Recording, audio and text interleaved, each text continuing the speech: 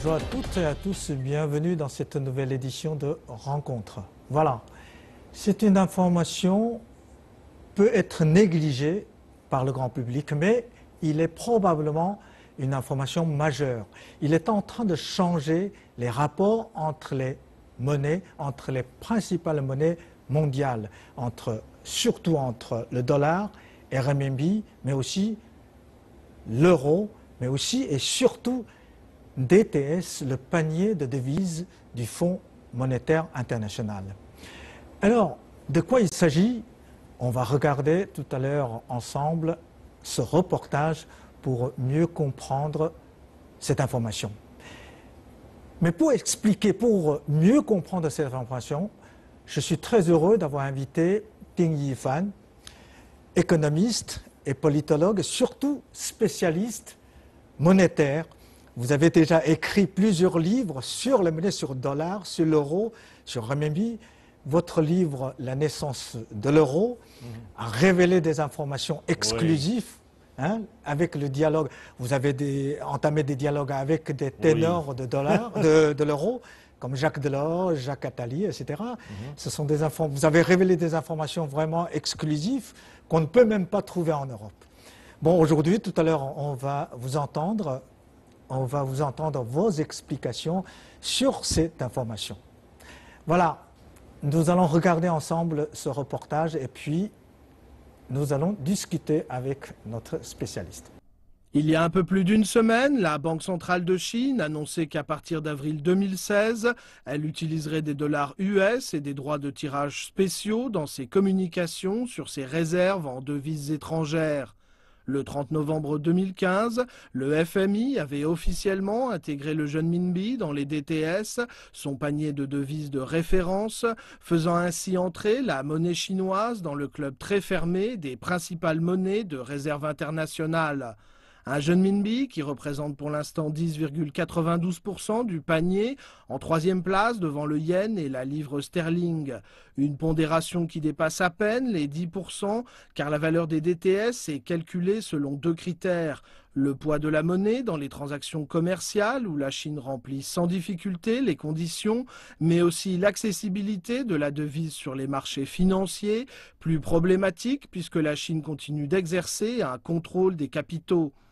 La décision de la directrice du FMI, Christine Lagarde, d'intégrer le renminbi est donc une reconnaissance forte des réformes économiques et financières engagées par le gouvernement chinois et du poids croissant de la Chine dans l'économie mondiale. Une entrée dans le panier des DTS très importante symboliquement, mais qui est seulement une étape sur la voie de l'internationalisation du renminbi. La route reste encore longue et la Chine va devoir poursuivre son ouverture et effectuer de nombreuses réformes avant que sa devise ne parvienne véritablement à changer l'ordre monétaire mondial. Alors, la Banque centrale décide d'utiliser à la fois le dollar et DTS comme une sorte d'outil pour... comme une mesure de la réserve de devises. Voilà. Alors, on a même un chiffre concret. La réserve de devises de la Chine est maintenant, pour le dollar, c'est 3 210 000 milliards de dollars. Oui. Et pour DTS, c'est-à-dire droit de tirage spécial, c'est 2 280 000 milliards de DTS. C'est-à-dire, la Banque centrale l'utilise DTS comme, en fait, une monnaie. Oui, en fait, d'une certaine manière, depuis la crise financière nationale de 2008, le gouverneur de la Banque centrale de Chine, donc de la Banque populaire de Chine, a fait plusieurs... Zhou Xiaochuan. Yes, M. Zhou Xiaochuan a révélé à plusieurs fois que finalement, le DTS, comme monnaie de comptabilité, sera plus juste que le dollar. Et puis, d'une certaine manière, Zhou Xiaochuan a fait un effort pour promouvoir l'utilisation réelle de ce monnaie artificielle, donc de DTS, comme monnaie de règlement entre les pays. Parce que le dollar est une monnaie nationale. C'est ça. Le dollar américain est une monnaie nationale, et d'autant plus que maintenant c'est une monnaie instable. La fluctuation du dollar est telle que finalement, calculer la réserve de devise, calculer le commerce international par cette monnaie nationale représente des risques énormes. Et donc pour cela, et en plus, le fait même que le dollar soit la monnaie de règlement pour les transactions internationales ou pour les transactions des marchandises, etc., représente un avantage pour les États-Unis, mais un inconvénient énorme pour les pays producteurs d'énergie, de ressources, pour les pays consommateurs des ressources, etc. Donc, c'est pour cela que de plus en plus, on évoque l'utilisation d'ETS comme un remplaçant possible du dollar. Et même après la crise financière, etc., les Nations Unies ont formé une équipe pour étudier la faisabilité de l'utilisation de DTS. Comme une monnaie internationale. C'est ça. Et la conclusion n'était pas très claire. Jusqu'à maintenant, on ne sait pas encore. Mais de plus en plus, la Chine encourage l'utilisation de DTS dans ce sens. Et cette fois-ci, la Banque centrale de Chine a annoncé sa décision d'utiliser la DTS comme une monnaie de mesure de sa devise, de sa réserve de devises. Ça a une signification particulière, mais ça représente une certaine convenance pour la Banque centrale de Chine aussi. Parce que depuis un certain temps, on dit que la réserve de devises chinoise a perdu beaucoup. Oui, parce que mesurant en dollars, effectivement, il y a une perte. On ne sait pas pourquoi. Mais en fait, quand on regarde dans le détail, on s'aperçoit que finalement, ce n'est pas vraiment une perte. C'est une perte, c'est une sorte de perte. En rapport avec le dollar. C'est ça, sur le livret. Mais ce n'est pas une perte réelle. Parce que la Chine est en train de diversifier sa réserve de devises. C'est-à-dire la Chine va mettre dans sa réserve de devises plus d'euros, plus de yens, plus d'autres monnaies, etc. Mais comme ces monnaies ont dévalué contre le dollar, face au dollar, d'une certaine manière, si calculé en dollars, effectivement, il y a une perte. D'accord. Donc, mais le DTS représente un avantage, c'est-à-dire le DTS est une mesure qui additionne toutes sortes de monnaies, 5 monnaies principales. Donc c'est plus objectif en fait. C'est ça, en fait, on peut mesurer aussi les valeurs d'autres monnaies en rapport au dollar. Donc c'est plus juste. Donc la Banque centrale de la Chine a donné même un chiffre, c'est-à-dire un DTS est approximativement à peu près comme 1,41 $. Oui, mais je pense que dans l'avenir, il va y avoir aussi une évaluation de DTS par rapport au dollar, parce que le dollar n'étant pas une monnaie stable, sa fluctuation dépend beaucoup du marché ou des anticipations des investisseurs sur le marché.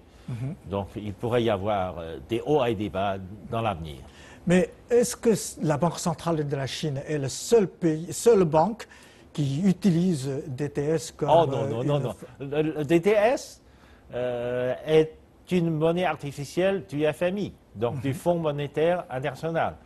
En fait, le DTS est une monnaie que les membres du FMI peuvent emprunter pour utiliser en cas de besoin.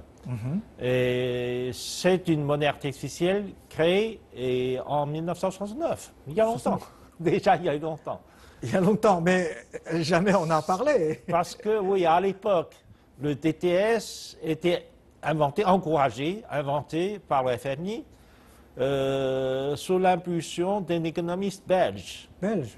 Nommé Robert Triefin. En fait, Robert Triefin est un grand économiste de l'économie internationale, mais aussi du système monétaire international. Il a enseigné la plupart de sa vie dans des grandes universités américaines et il est conseiller spécial du FMI. C'est lui qui a révélé dans les années 60 que le Bretton Woods system, donc le système de Bretton Woods, a une faiblesse fatale. C'est-à-dire que le dollar, une monnaie nationale des États-Unis, servant de base pour le système monétaire national, présente toujours un dilemme. Voilà, c'est-à-dire que si les États-Unis n'ont pas suffisamment de déficit, déficit en particulier commercial, avec d'autres partenaires, les autres partenaires n'auraient pas suffisamment de dollars comme monnaie de réserve, comme monnaie d'échange. Donc, les États-Unis, avec le commerce, avec tout le monde, avec beaucoup de déficits. C'est pour ça que le déficit commercial des États-Unis est d'une certaine manière récurrent et fatal. Ça explique aussi pourquoi les déficits entre les États-Unis et la Chine est tellement important. L'autre problème, c'est que à mesure que les États-Unis accumulent le déficit commercial, les autres partenaires des États-Unis vont avoir des suspicions sur la crédibilité de cette monnaie et sur l'intention réelle de son gouvernement de dévaluer la monnaie. Voilà, s'il dévalue, c'est une sorte de vol des autres. C'est dans ce contexte-là, Rupert Triffin a d'abord découvert cette erreur fatale du système monétaire international, donc il a dévoilé le dilemme du dollar. Puis, comme remède à ce système, il a proposé de créer un système monétaire artificiel, donc le DTS, une monnaie spéciale, artificielle, entre les membres du FMI. Et donc chacun contribue un peu à la création de cette monnaie, mais possédant aussi le droit d'utiliser cette monnaie. Mais à cette époque-là, il n'y a pas de l'euro, l'euro n'existait pas. Non, c'est ça. C'était le franc, sterling pound, Deutsche Mark, les grandes monnaies européennes étaient dans ce panier. Dans ce panier.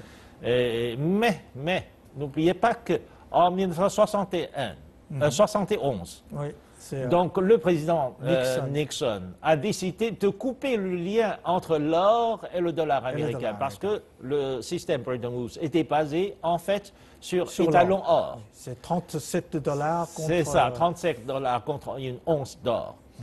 Eh bien, le lien a été coupé. Les États-Unis ont fermé la fenêtre d'échange contre l'or. Du coup, le dollar a dévalué beaucoup. Considérablement. Les pays européens qui avaient une énorme réserve de devises en dollars ont perdu beaucoup. Et du coup, ils pensent que le dilemme de Triffin, c'est-à-dire le dilemme du dollar, a été résolu. Parce que désormais, lorsque Triffin a découvert ce dilemme, à l'époque, dans le système Bretton Woods, les pays européens pouvaient encore échanger leurs devises en dollars contre l'or. Et maintenant, ce n'est plus possible. Ce n'est plus possible, oui. Les Américains pensent que le problème est définitivement résolu, mais Triffin pensait que c'est une tricherie. Donc Triffin était très fâché. Mais en plus, comme les Américains pensent que le problème de Triffin est résolu, donc ils ont mis le DTS un peu en encart. Personne ne pensait plus à l'utilisation du DTS. C'est comme ça qu'on n'en a pas parlé depuis très très longtemps. C'est ça, c'est pour cela que Triffin était très fâché. Il a pris sa retraite, il est revenu à Bruxelles. Il est revenu à Bruxelles, il est revenu en Europe, et il dit que finalement, d'une certaine manière, Robert Triffin devrait être considéré comme le véritable père de l'euro. Parce que c'est lui qui a suggéré à Jenkins. Jenkins était un Anglais. C'était le seul Anglais président de la Commission européenne. Mais Jenkins était un grand ami de Robert Triffin. Donc Robert Triffin lui dit qu'il faut faire quelque chose avec les États-Unis. Nous devons avoir à la fois un bâton et une carotte. La carotte, c'est notre marché unique. Parce que notre marché unique est une grande attraction pour les entreprises américaines.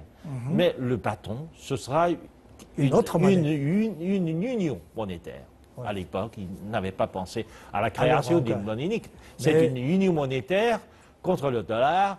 Et si les Américains utilisent le dollar pour un objectif quelconque, nous avons le moyen d'y riposter avec une union monétaire. Donc il a proposé ça. En fait, il faut dire que la création des mécanismes monétaires européens a été basée sur ces idées. Et finalement, on arrive à la création d'une monnaie unique, c'est voilà. Ça, l'euro. Donc il faut dire qu'il est le précurseur de l'euro, de la monnaie unique. Bon, le fait que la Chine, aujourd'hui la Banque centrale de la Chine, aujourd'hui ressortir d'ETS, est-ce que cela va avoir une conséquence pour le dollar? Pour le moment, le TTS est utilisé par la Banque centrale de Chine comme une mesure oui. de la réserve de devises. Ce n'est pas encore utilisé. Mais la Chine se dit prête à utiliser de plus en plus le TTS comme une monnaie de mesure. Donc, non seulement pour mesurer l'importance de sa réserve de devises, mais aussi la Chine a l'intention de créer des marchés dont le TTS serait la monnaie de règlement. Donc, il sera utilisé comme une monnaie. C'est ça, d'une certaine manière. En tout cas, la Chine va essayer de promouvoir l'utilisation de TTS comme une véritable monnaie. Est-ce que cela veut dire que c'est le début de la fin de l'hégémonie de dollar? C'est la question que tout le monde pose. Oui, mais ça prendra du temps, ça prendra du temps. Et on ne sait pas très bien, parce que maintenant, l'importance du DTS dans le système, ou l'importance du DTS en échange entre les pays membres du FMI, est encore très petite. Très petite.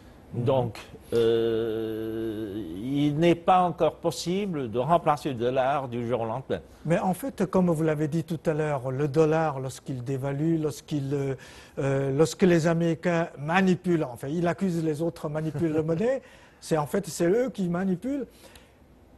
Les pays, vous avez dit que tout à l'heure, les pays producteurs et consommateurs de pétrole, par exemple, ne sont pas contents. Et en réalité, entre les pays comme la Chine et la Russie, la Chine et l'Iran, etc., commencent à utiliser leur propre devise, propre monnaie pour les échanges. C'est ça, oui, mais c'est autre chose. C'est-à-dire qu'entre la Russie et la Chine, entre l'Iran et la Chine, il y a une espèce de système d'échange monétaire. C'est-à-dire qu'on utilise la monnaie nationale, comme moyen d'échange pour la promotion du commerce bilatéral entre ces pays. Mais de plus en plus, la monnaie chinoise, donc le renminbi, est en train de devenir la monnaie d'échange entre la Chine et la plupart des pays. En particulier avec les pays européens, par exemple. C'est l'euro et le renminbi. Avant, c'était le dollar. Maintenant, de plus en plus, on abandonne le dollar, on met à côté pour utiliser le renminbi. Parce que le renminbi fait partie du panier de DTS, parce que le renminbi a l'intention de devenir une monnaie internationale. Donc le renminbi est négociable et peut se trouver partout sur le marché international. Et donc les gens acceptent le renminbi assez facilement. Et justement, d'un côté, le taux d'utilisation de renminbi augmente. De l'autre côté, la Chine propose en fait utiliser le DTS comme probablement une monnaie d'échange. Est-ce que cela aura un impact pour le futur système financier international? Je pense que si le TTS peut devenir une monnaie de règlement pour des produits, des ressources naturelles par exemple, oui, il aura de fortes chances que dans l'avenir, le TTS devienne une monnaie réelle. Mais cela dépend aussi de la dimension du marché. Par exemple, à l'époque, lorsque Londres était le plus grand marché des ressources naturelles, dont le sterling pound était la monnaie de règlement de toutes ces marchandises, lorsque New York est devenu le plus grand marché des ressources naturelles, les Américains ont fait en sorte que le dollar soit devenu la monnaie de règlement pour les ressources naturelles, etc. Et maintenant, la Chine est devenue première importateur du monde des matières premières, des ressources, etc. Il n'y a pas de raison que la Chine ne fasse pas d'efforts pour promouvoir l'utilisation d'une monnaie et pour régler les contrats de fourniture de ces matières premières en Chine. Et je pense que le GMIMPI comme le DTS ont un avenir, je dirais, certain dans ce domaine-là. Donc, tôt ou tard, il change la situation actuelle. Oui. Tôt ou tard, la Chine deviendra... Oui, en fait, tout à l'heure, vous avez dit aussi, la monnaie, le dollar est une monnaie à la fois internationale et nationale, c'est-à-dire la monnaie des États-Unis. Donc, il contrôle le flux, l'émission, etc. En réalité, on parle beaucoup, par exemple, quand le réserve central américain augmente ses taux d'intérêt, il y aura l'afflux des dollars vers les États-Unis. Les États-Unis peuvent tondre, on dit, tondre les autres pays. Des années 70, c'était les pays européens et Amérique latine aussi. Et puis, des années 70, c'est les pays asiatiques. Oui.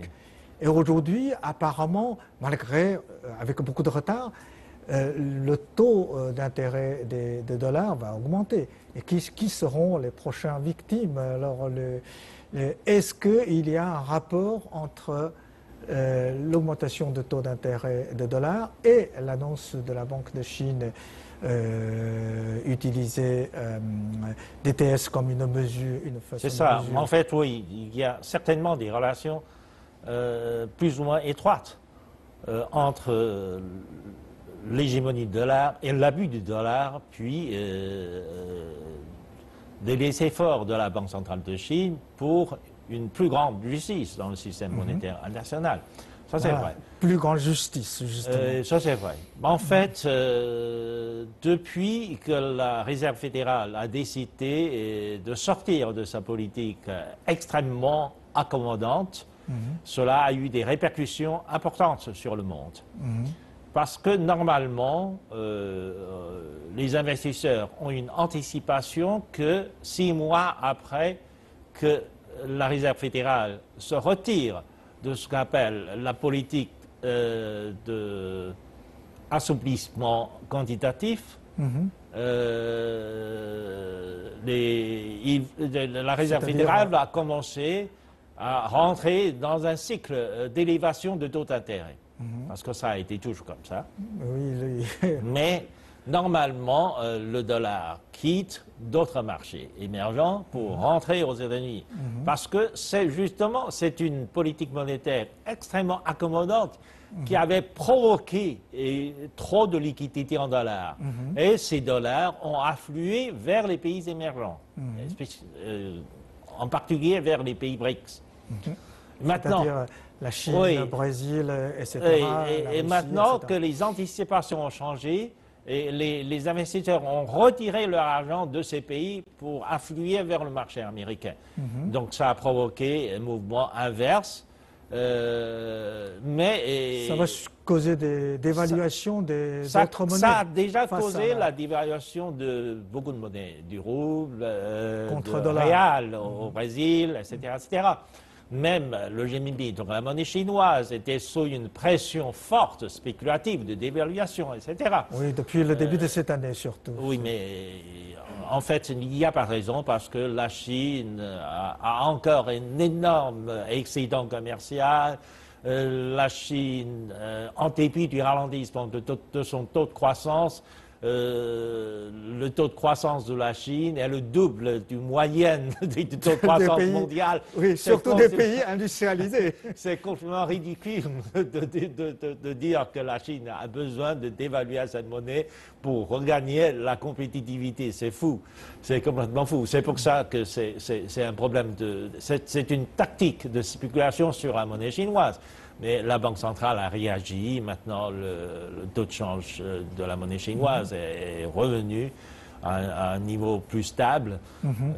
Mais tout cela, c'est un problème de spéculation sur le marché. Mais je pense que la Réserve fédérale, si la Réserve fédérale n'a pas décidé de relever le taux d'intérêt, c'est parce qu'elle fait face à une situation difficile. Parce que normalement, le taux d'inflation est en train de revenir aux États-Unis.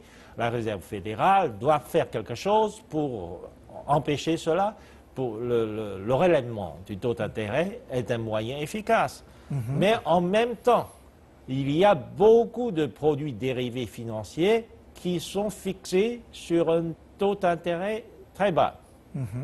Donc, une élévation du taux d'intérêt pourrait affecter directement ces produits dérivés.